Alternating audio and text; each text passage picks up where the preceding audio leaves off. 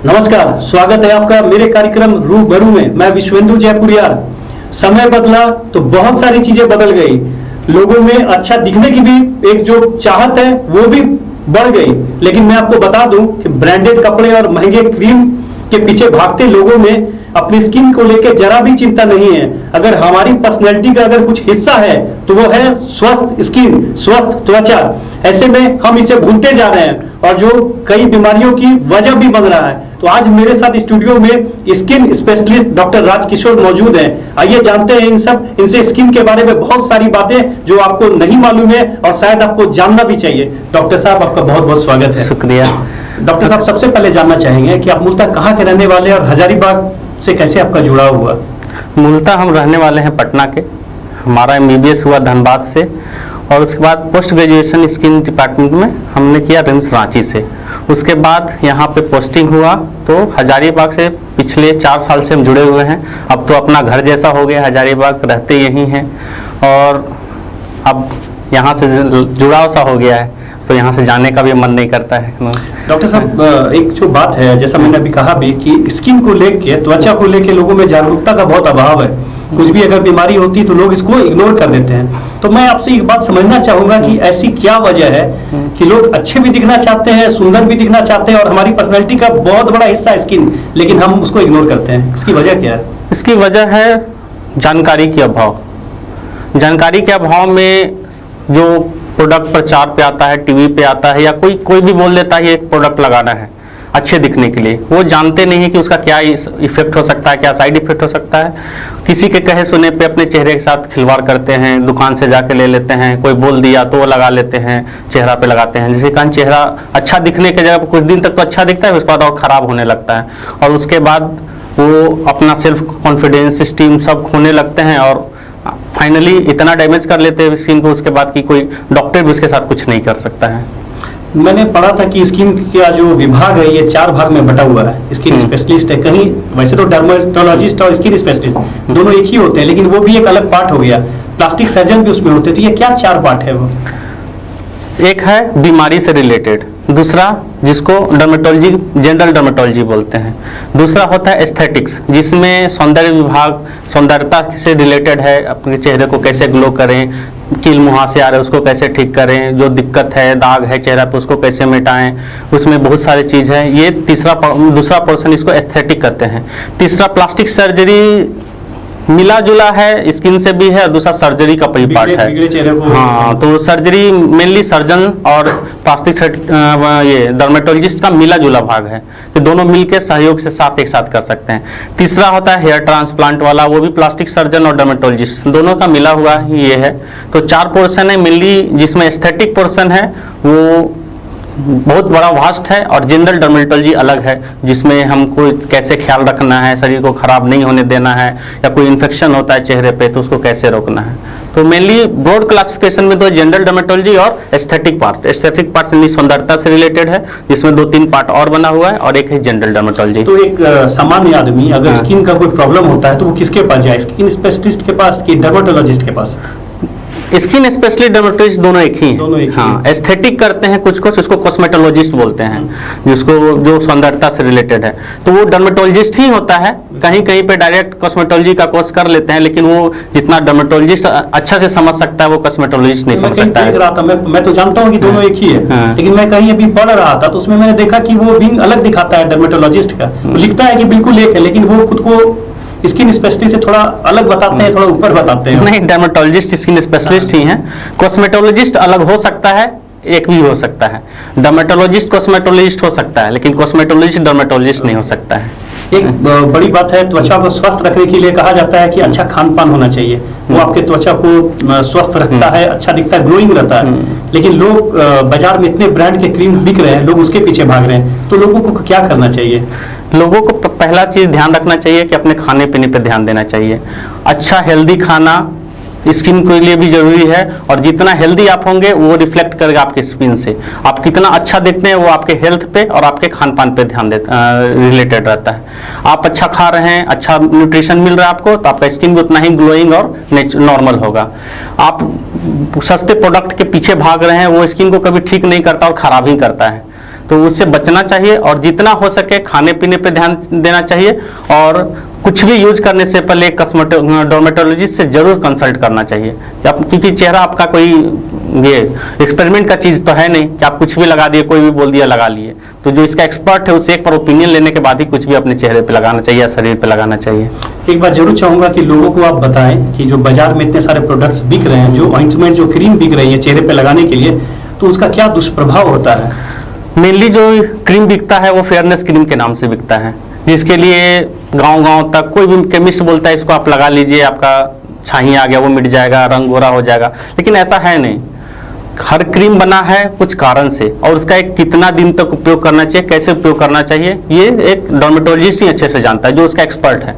आम आदमी जानता नहीं है, लगाते रहता है, जिसके कारण अगर बहुत दिन तक फेयरनेस क्रीम लगाने से शुरू में तो अच्छा लगता है कि हम गोरा हो रहे हैं, दाग धब्बे मिट रहे हैं, लेकिन उसका दुष्प्रभाव होने लगता है, स्किन पतला होने लगता है, स्किन पे लाल लाल धब्बे आने लगते हैं, धूप में जाने के बाद असहनीय जलन जैसा होने लगता है, धूप एकदम बर्दाश्त होना बंद हो जाता है, और समय तक यूज करते रहिए तो चेहरे पे बाल भी उगने लगते हैं, पिंपल और निकलने लगते हैं, और चेहरा इतना खराब हो जाता है कि उसके बाद एक डर्मेटोलॉजिस्ट के हाथ में भी नहीं रह जाता बहुत कुछ करने को। तो ऐसा मत कीजिए कि फिर डर्मेटोलॉजिस्ट पे आपको कुछ नहीं कर पाए। दर्शकों को आप क्या बताना चाहेंगे कि स्किन का अपना ख्याल कैसे रखें? दर्शकों को यही बोलना चाहेंगे कि स्किन का ख्याल रखने के लिए पहला चीज होता है अपना घर। अपने घर से शुरुआत कीजिए, खाने पे पौष्टिक खाना खाइए, विटामिन वाला खाना खाइए, प्रोटीन वाला खाना खाइए, चेहरे पे को मॉइस्चराइजर जितना यूज कर सकते हैं स्किन को मॉइस्चराइज रखिए, बस यही काफ़ी है। धूप में जाते हैं, अगर धूप नहीं बर्दाश्त होता है तो एक अच्छे डर्मेटोलॉजिस्ट से कंसल्ट करके सनस्क्रीन का उपयोग कीजिए। धूप से बचिए, बस इतना ही करना है, और जो भगवान रंग दिया है उसको कोई चेंज नहीं कर सकता है। आप उसके साथ खिलवाड़ कीजिएगा, नेचर के साथ खिलवाड़ कीजिएगा तो अपने आप मुश्किल खुद पालिएगा, और उससे कभी कोई फायदा नहीं होगा, नुकसान ही होगा आपको ज़्यादा। शुरू में हो सकता है आपको लगे कि हम बहुत फायदा हो रहा है, बहुत अच्छा लग रहा है, लेकिन अंत में आपको ऐसा कंडीशन में ला देगा कि आप पछताने के सिवा कुछ नहीं कर पाइएगा। हर व्यक्ति का स्किन खास होता है, और मैं जहाँ तक मैंने पढ़ा है कि स्किन कई तरह के होते हैं, ड्राई स्किन, ऑयली स्किन। तो ऐसे जो स्किन आप लोग कैटेगराइज करते हैं कितने तरह के होते हैं और अलग अलग इनका ख्याल रखना पड़ता है, तो वो क्या है? स्किन मेनली 6 तरह के होता है, जो रंग के मेलानिन के कंपोजिशन पे होता है, और एरिया पे भी डिपेंड करता है। जैसे इथनिक, हम कहाँ के रहने वाले उस तरह का स्किन होता है। फॉरेन में जैसे स्किन 1 नंबर होता है जो सन से आसानी से जल सकता है। जैसे जैसे ईस्टर्न पार्ट में आते हैं या अफ्रीका की तरफ जाते हैं, स्किन डार्कर होते जाता है, तो धूप को ज़्यादा बर्दाश्त कर सकता है। तो हर स्किन के लिए अलग अलग क्रीम, सनस्क्रीन आते हैं, मॉइस्चराइजर आते हैं। जो जितना अच्छा यूज कर पाएंगे, जो अच्छा प्रोडक्ट है वो मेनली सनस्क्रीन है। सनस्क्रीन यूज कीजिए, खाने पीने पे ध्यान दीजिए, और मॉइस्चराइजर यूज कीजिए। अगर कुछ दिक्कत होता है तो डर्मेटोलॉजिस्ट से कहीं भी, जहाँ भी आप हैं, किसी डर्मेटोलॉजिस्ट से कंसल्ट कीजिए, उसके बाद ही उनके परामर्श के अनुसार ही कोई भी क्रीम लगाइए या दवाई लगाइए, और कुछ अपने से खुद करने का जरूरत नहीं है। इस इलाके के जो लोग हैं वो मेनली ड्राई स्किन और ऑयली स्किन से ही परेशान रहते हैं, और बहुत तरह की क्रीम भी इस्तेमाल करते हैं, मॉइस्चराइजर का भी इस्तेमाल करते हैं, उनको क्या बताना चाहेंगे? जिसको ड्राई स्किन है, ड्राई स्किन वाले को जनरली ड्राई होने के कारण खुजली और ज़्यादा ये होता है, तो ड्राई स्किन वाले के लिए सिंपल है मॉइस्चराइजर। अगर बाहर का कि महंगा मॉइस्चराइजर नहीं खरीद पाते तो घर में एक सिंपल, बहुत ही सस्ता और बहुत ही अच्छा मॉइस्चराइजर यूज होता है जो हर के घर में मिलता है, नारियल का तेल। कोकोनट ऑयल बहुत ही फायदेमंद चीज है जिसको हर किसी को लगाना चाहिए ड्राई स्किन के लिए। ऑयली स्किन है तो ऑयली स्किन जनरली चेहरे पे आता है ज़्यादा, क्योंकि वहाँ पे सीबेसियस ग्लैंड का कंसंट्रेशन बहुत ज़्यादा होता है। तो उसके लिए एक नॉर्मल कोई भी फेस वॉश यूज करना है जो उस कंट्रोल करके रखे, ऑयल सिक्रेशन कंट्रोल करे। ऑयली स्किन में ज़्यादा दिक्कत होता है पिंपल होने का, खासकर जो एडोलेसेंट ग्रुप होता है 14 साल से ऊपर, उस सब में पिंपल ज़्यादा आता है ऑयली स्किन के कारण। तो एक शुरुआत से ही एक oily normal oil control face wash use करें, मेडिकेटेड यूज करें तो और अच्छा है। यूज करें, रेगुलर यूज करें, साफ सफाई का ध्यान रखें, और कुछ ज़्यादा करने का जरूरत नहीं है। अगर उससे नहीं होता, उसके बाद भी पिंपल आता है, तो किसी डर्मेटोलॉजिस्ट से कंसल्ट करें और उसका इलाज करें। एकदम पिंपल का इलाज संभव है और एकदम अच्छा होता है।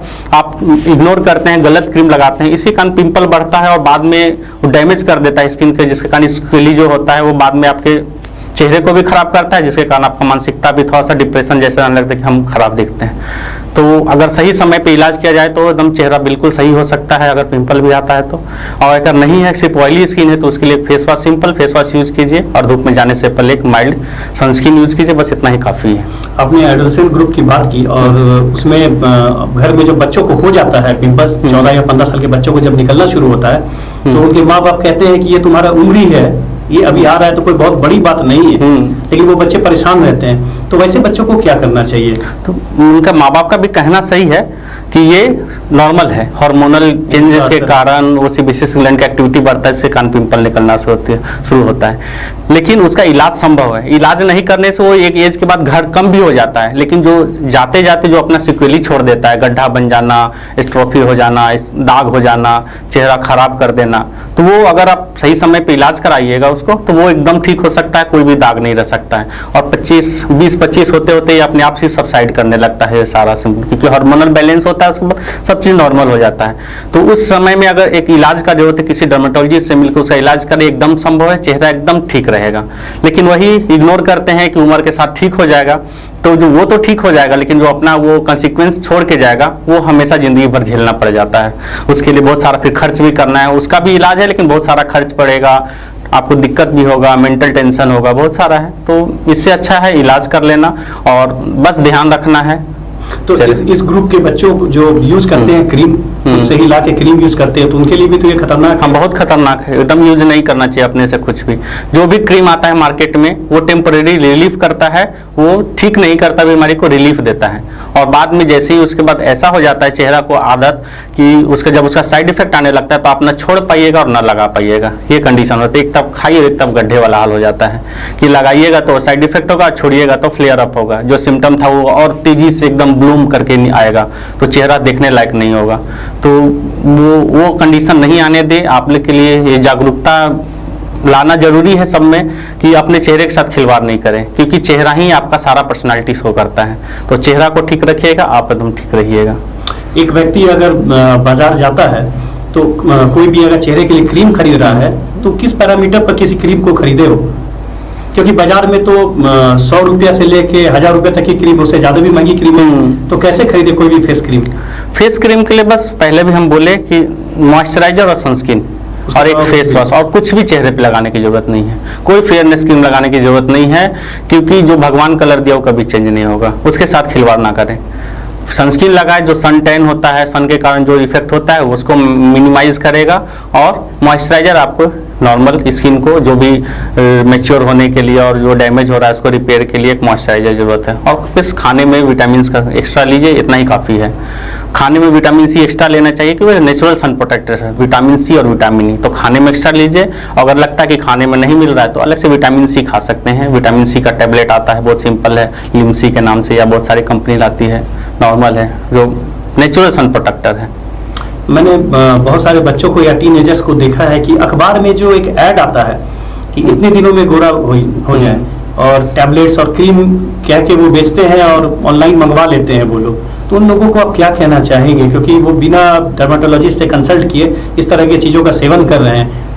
उनको यही कहना चाहेंगे कि सब जो एडवर्टाइजमेंट के नाम पे अपने फालतू और बकवास चीज़ को बेच रहे हैं उनसे बच के रहें, क्योंकि शरीर आपका है, करिएगा, इस्तेमाल करिएगा, आपका चेहरा खराब होगा।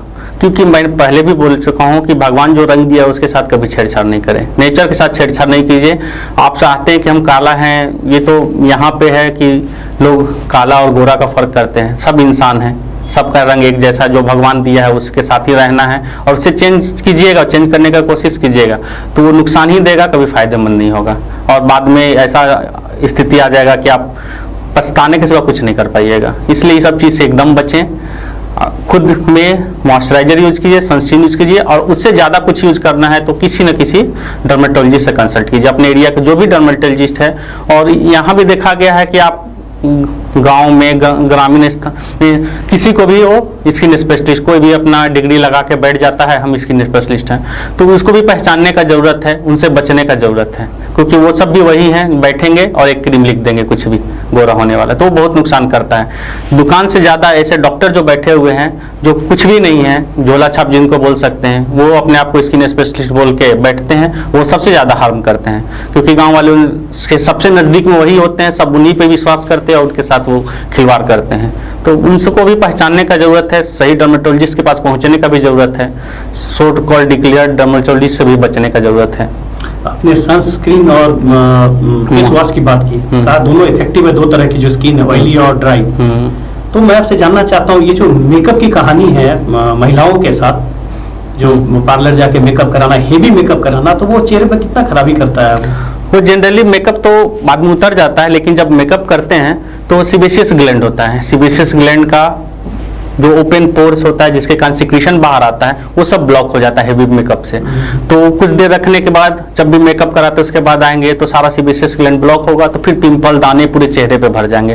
तो उससे यही कहेंगे कि कम से कम मेकअप करने का ज़रूरत है, ना करें। और अगर करते भी हैं, क्योंकि अब इस सोसाइटी को चेंज तो करना बहुत मुश्किल है, लेकिन करते भी हैं तो कोशिश करें जितना जल्दी हो सके अपना चेहरा काम खत्म हो तुरंत अपने चेहरे को वॉश करें, मॉइस्चराइजर लगाएं और फेस वॉश जरूर यूज करें।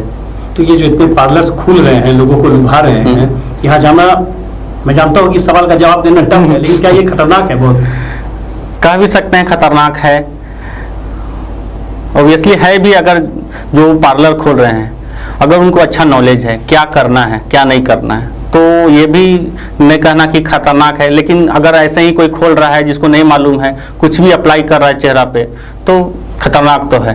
क्योंकि मेकअप भी यूज करने से पहले टेस्टिंग किया जाता है चेहरे पे कि कुछ रिएक्शन तो नहीं हो रहा है, कुछ इफेक्ट तो नहीं आ रहा। तो कुछ देर के लिए टेस्टिंग करके अगर मेकअप करवाते हैं तो ज़्यादा बेनिफिशियल है कि आपका चेहरा उसको सूट करता है या नहीं करता है।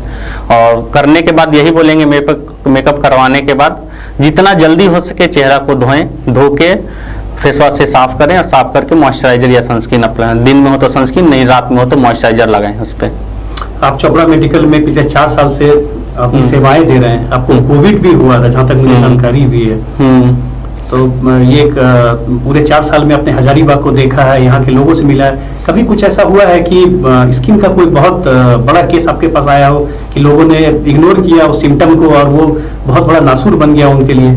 बहुत बार ऐसा केस आया है। बहुत सारे गांव की महिलाएं, लड़की आती है कि पूरा चेहरा काला हो गया है, छाही ठीक नहीं हो रहा है, पूरा दाना आ गया है, और पूछने पे बताती भी नहीं है, कुछ नहीं लगाएं, कुछ नहीं लगाते हैं। जब स्पेसिफिक पूछा जाता है कि ये क्रीम लगाते हैं, ये क्रीम लगाते हैं, तो हाँ ये क्रीम हम लगाएं, कितना दिन लगाएं, तो 1 साल से लगा रहे हैं। हम कौन बोला लगाने के लिए?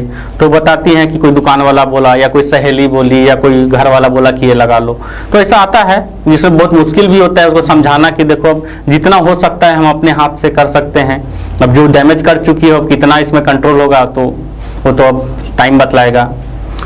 एज ए जर्नलिस्ट मैं हर वर्ग के लोगों से मिलता हूँ, तो मैंने देखा है लोगों में एक मिसकंसेप्शन बहुत ज्यादा है कि जो सस्ता क्रीम है वो खराब होता है, जो महंगा क्रीम है वो बहुत बढ़िया होता है। तो लोग महंगे क्रीम के पीछे भाग रहे हैं। मैं ब्रांड का नाम नहीं लूंगा क्योंकि वो लेना गलत हो जाएगा, पर मैंने देखा 1000 रुपए की क्रीम, 1500 की क्रीम वो ऑनलाइन भी मंगा रहे हैं या यहाँ के मार्केट्स में भी उपलब्ध है।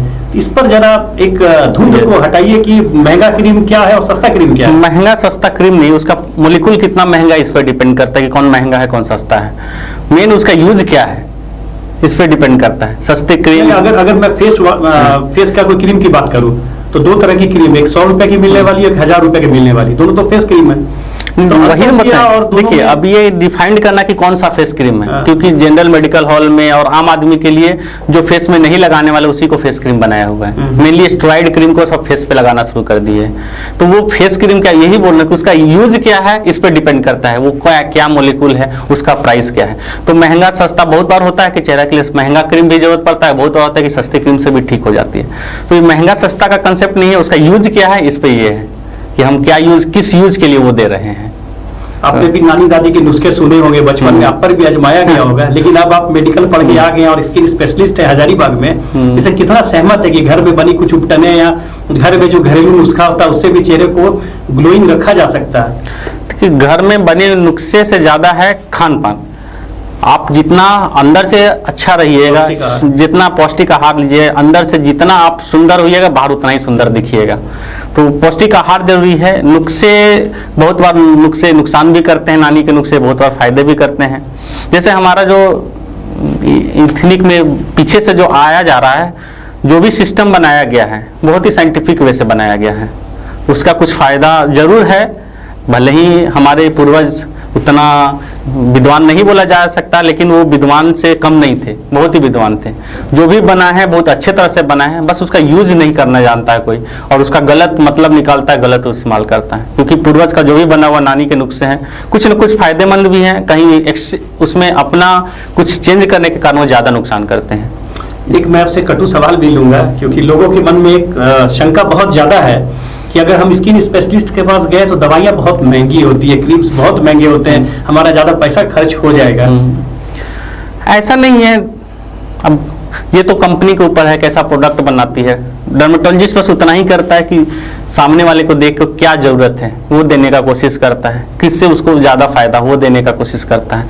अब प्राइस कंट्रोल तो हमारे हाथ में है नहीं, प्राइस कंट्रोल तो अब गवर्नमेंट और कंपनी के हाथ में है। जो भी विभाग है उससे ज़्यादा महंगी है दवाइयाँ यहाँ। हाँ, थोड़ा से तो है कॉस्मेटिक, क्योंकि कॉस्मेटिक ग्रुप में आता है जनरली स्किन की ज़्यादा फेस क्रीम या फेस वॉश जो है, तो थोड़ी सी महंगी है, उस पर टैक्स भी ज़्यादा लगता है, इस कारण से महंगी है। कंपनियों को भी यह फंडा मालूम है कि लोग चेहरे में अच्छा दिखने के लिए अच्छा करेंगे। ये भी हो सकता है, बोल सकते हैं, लेकिन एज ए डर्मेटोलॉजिस्ट यही बोलेंगे कि जो जरूरत हो वही हम देते हैं। अब उसका कॉस्ट तो हमारे हाथ में है नहीं कि उसको क्या करना है, उसको कैसे कंट्रोल करना है।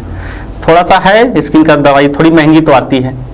चलते चलते दर्शकों को एक बार बता दें कि बेहतर दिखने के लिए और अच्छा रहने के लिए क्रीम से तो तौबा कर ले, बिना सोचे समझे कोई क्रीम नहीं ले, लेकिन अच्छा दिखने के लिए और स्वस्थ रहने के लिए क्या करे वो? सुबह सुबह उठें, एक्सरसाइज, योगा ये भी करें, खान पान पे ध्यान दें, पौष्टिक खाना खाएं, बाहर का जंक फूड थोड़ा सा अवॉइड करें। अभी तो इस समय ऐसा हुआ है कि जंक फूड अवॉइड करना मुश्किल होता जा रहा है सबके लिए, लेकिन खाने में विटामिन सी का मात्रा ज़्यादा रखें। जंक फूड भी लेते हैं तो कोशिश करें विटामिन वाला चीज़ ज़्यादा खाएं, कम से कम सलाद हो गया, सलाद हो गया, गाजर हो गया, जो नेचुरल है नेचुरल पे ज़्यादा ध्यान दें, स्किन पे कुछ नहीं लगाएं, एक्सरसाइज योगा करें, खुश रहने का कोशिश करें, आउटडोर स्पोर्ट्स में ज़्यादा अपने एक्टिविटी को दें, क्योंकि जितना हर चीज़ को स्ट्रेस रिलीज चाहिए, बॉडी को जितना आप स्ट्रेस दीजिएगा वो आपके चेहरे पे दिखेगा, तो माइंड पे दिखे, माइंड का स्ट्रेस धीरे धीरे स्किन पे दिखना शुरू होता है। टेंशन लीजिएगा वो सब स्किन पे झुर्री आना, जल्दी या झुर्री आना, ये सब होता है। तो स्ट्रेस से जितना बचेगा उतना अच्छा है। योगा, स्पोर्ट्स, हंसी मजाक, दोस्तों से मिलना, अपने शरीर का ध्यान रखना और फालतू चीज़ों से बचना। जंक फूड हो गया, अपने से कोई क्रीम नहीं लगाएं, ज़्यादा आजकल इंडोर स्पोर्ट्स पे ज़्यादा है, सब मोबाइल पे ज़्यादा लगे रहते हैं, उसका गैजेट्स यूज करने का साइड इफेक्ट भी चेहरा पे आता है क्योंकि रेडिएशन उससे निकलता है। तो कम से कम मोबाइल मिनिमम टाइम मोबाइल पे, गैजेट्स पे बिताएं, आउटडोर स्पोर्ट्स पे ज़्यादा ध्यान दें, ये सब फायदेमंद है। ये आपने जो गैजेट्स की बात की, रेडिएशन की बात की, तो छोटे बच्चे आजकल जो ऑनलाइन क्लास कर रहे हैं, दिन भर मोबाइल से चिपके रहते हैं, तो ये कितनी खराबी उनके स्किन पे करता है? ये बहुत इफेक्ट पड़ता है इससे। रेडिएशन के कारण पिगमेंटेशन और स्किन का ड्राई होना, झुर्री आना, ये सब बहुत कॉमन हो जाता है, क्योंकि वो रेडिएशन स्किन जिस तरह आदमी को स्ट्रेस होता है उस तरह सेल पे भी स्ट्रेस डालता है, जिसके कारण वो धीरे धीरे अपने एक्टिविटी को होने लगता है। तो उससे बचना चाहिए जितना हो सके। अगर नहीं बच सकते हैं, अभी तो चूंकि ये कोविड महामारी में मजबूरी है क्लास करना है, अब तो धीरे धीरे क्लास भी, स्कूल भी खुलना शुरू हो गया है, तो कम से कम हो सके ऑनलाइन क्लास कराने का और एक मिनिमम डिस्टेंस मेंटेन करें। बहुत बार आता है कि गैजेट्स के ऊपर कोई शील्ड लगाएं जिसके कारण उसका जो रेडिएशन हो कम से कम चेहरे पे आए, और सनस्क्रीन बच्चा को भी या मॉइस्चराइजर लगाने, कभी गैजेट्स यूज करने से पहले लगा के यूज करना चाहिए, तो थोड़ा सा प्रोटेक्शन देगा वो रेडिएशन। एक और अंतिम सवाल कि आपने बताया कि एक्सरसाइज करने से चेहरा और जो स्किन है वो बढ़िया रहता है, तो मैंने भी पढ़ा है इसको कि जब ब्लड का सर्कुलेशन बढ़ता है तो वो स्किन को ग्लो कराता है, इसके बारे में जानना चाहेंगे। जब ब्लड सप्लाई आता है तो जो भी वहाँ पे ऑक्सीडेंट बनने हैं सेल में, वो बाई प्रोडक्ट है, वो निकलता है ब्लड के थ्रू, सर्कुलेट होके वो शरीर से एक्सक्रीटरी सिस्टम से बाहर निकल जाता है। तो जितना आप एक्सरसाइज या कुछ भी एक्सरसाइज, वो फिजिकल हार्ड फिजिकल एक्सरसाइज ही नहीं है, थोड़ा जो छोटा छोटा योगा भी है, उससे क्या होता है एंटीऑक्सीडेंट ऑक्सीडेंट बाहर निकलते हैं, एंटीऑक्सीडेंट बढ़ते हैं, और जितना एंटीऑक्सीडेंट शरीर में रहेगा उतने आप हेल्दी और स्वस्थ दिखेंगे, और जितना आप स्वस्थ दिखेंगे उतना आपका स्वस्थ चेहरा पे भी आएगा। डॉक्टर राजकिशोर, आप यहाँ आए, अपने समय दिए, आपका बहुत बहुत धन्यवाद। तो ये थे डॉक्टर शुक्रिया। राजकिशोर, इन्होंने बहुत जरूरी और बहुत काम की बातें बताई है। सबसे महत्वपूर्ण बात यह है, बच्चों के बारे में बताया कि ऑनलाइन क्लास में मोबाइल को एक डिस्टेंस पे रखें, क्योंकि उसका जो रेडिएशन है वो आपकी स्किन पे असर डालता है। तो अगली बार फिर मिलता हूँ किसी नए अतिथि के साथ। बहुत बहुत धन्यवाद। धन्यवाद।